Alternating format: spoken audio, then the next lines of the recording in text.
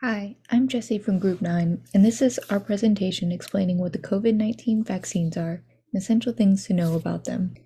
Towards the end of 2019, we observed the rise of COVID-19, a deadly virus that attacked the body and the lungs. The virus quickly spread around the world, requiring a drastic response. Scientists then rushed to create a vaccine that could provide some immunity so that the world could combat the increasing exposure. Within a year, vaccines were developed and administered to frontline workers constantly exposed to the virus. So just how many COVID-19 vaccines are there in the US? There are currently 3 different COVID vaccines being administered in the US.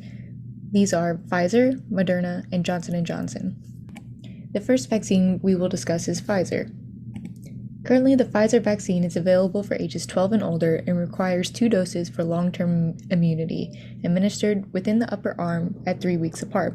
The vaccine provides long-lasting immunity by circulating antibodies that respond to the initial dose and through building an immune response to the virus within the body. Even without the initial antibodies, your body can still respond to the virus with antibodies later on by using memory B cells, an essential immune system cell. However, the immunity does wane somewhat after 6 to 7 months, meaning your body's ability to fight severe infection does decline. In order to increase immunity, including immunity against COVID variants, a booster shot has been discussed.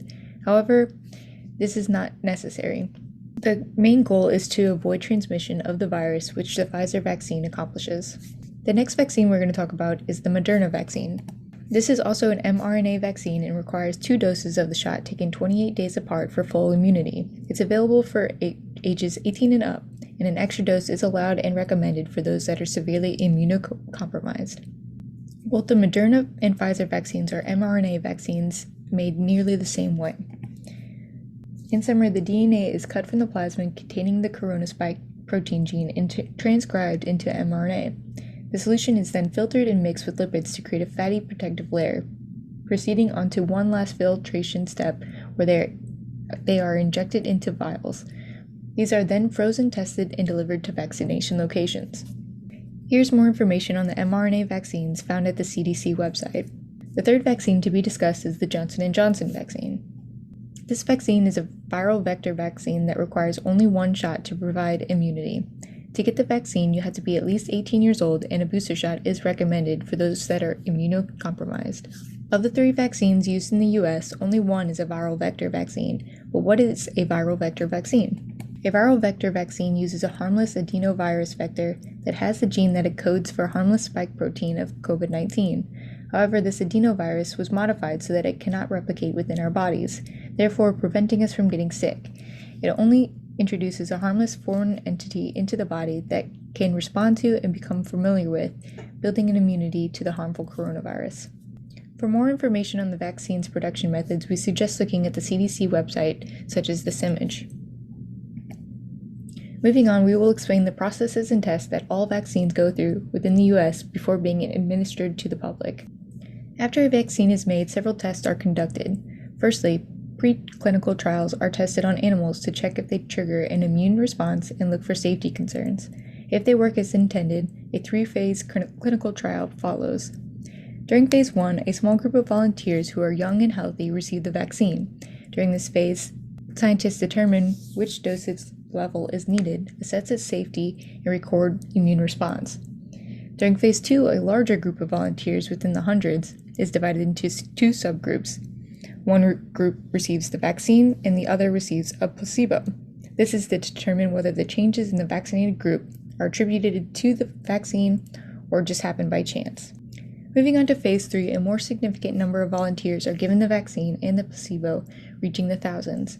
In the image, you can visualize the objective of these trials. From the data collected in the trials, the efficacy of these vaccines can be measured, which is the percentage of reduction in disease within a group of people who received a vaccine in clinical trial, not to be confused with vaccine effectiveness, which measures how well a vaccine works when given to people outside of clinical trials.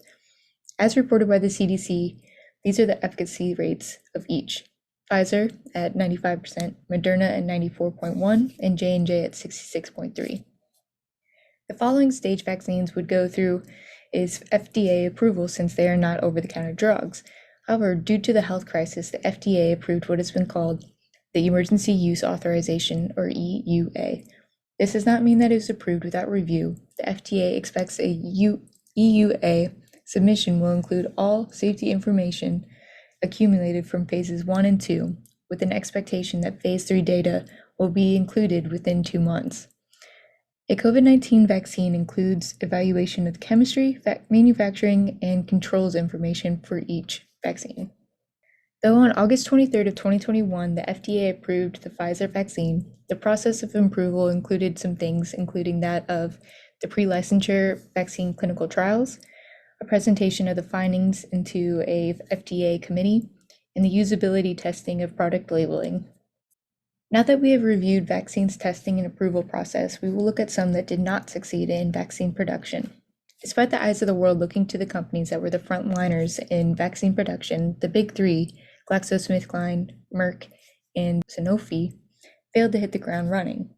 Starting with GlaxoSmithKline and Sanofi, these companies ran into issues early in development when initial trials gave low or skewed data results due to errors in concentration doses. Instead of starting over with new trials, GSK traded over to providing their adjunct, a crucial ingredient that boosts immune response, creating longer-lasting immunity, to other companies that were ahead of the curve in creating viable vaccines. Both companies went on to partner towards production of things like plant-based vaccines, vaccines against future variants, and booster shots, as well as affordable vaccines in South Korea. Next is Merck from USA, which began working on vaccine candidates V590 and V591, but data results of the patient's immune responses were well below that of the body's natural immune response to infection, as well as other vaccine productions. Merck then chose to dissolve their COVID-19 production efforts and refocus those efforts on COVID-19 antiviral pills that are still awaiting FDA approval. The most significant issues with vaccine production and implementation are time and money. Trials for all but mRNA vaccines take a large amount of time, even without setbacks and errors. FDA approval can be timely, and very little research has been put into mRNA vaccine production prior to the pandemic. These factors, combined with the fast-changing virus, has led to companies scrapping failed or no longer relevant work. In terms of money, third world and developing countries are struggling to release vaccines to their public free of charge.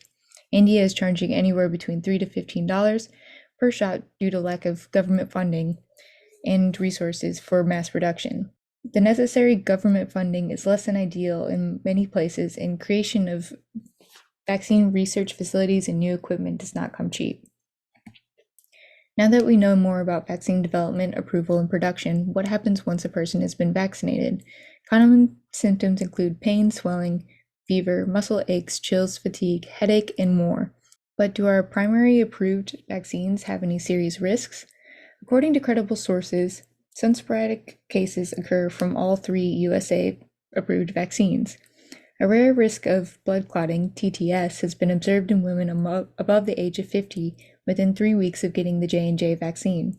Rare events of pericarditis and myocarditis have been observed for Moderna and Pfizer as well. A study reported 136 myocarditis cases in more than 5 million people and 54 cases in more than 2.5 million people, suggesting that these instances are rare.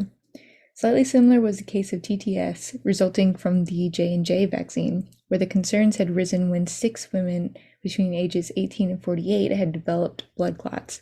This is a small number when compared to the 6.8 million J&J shots administered.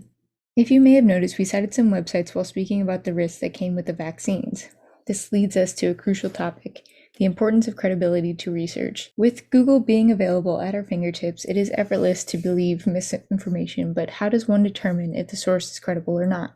Websites ending in .org, .gov, and .edu are most likely credible, as those websites are often run by nonprofit organizations or educational institutions. A credible source will be reviewed and well proofread, and the About page on a website can be useful insight to its purpose. For example, business-oriented websites may try to sell something to the reader and lead to biased or inaccurate information. Based on the factors discussed, YaleMagazine.org and these other websites are accurate sources of information. And how about the picture on the right? Is that credible? We thank you for listening to our informational COVID-19 presentation and hope you have learned more about what it is that COVID vaccines provide and how to become more informed.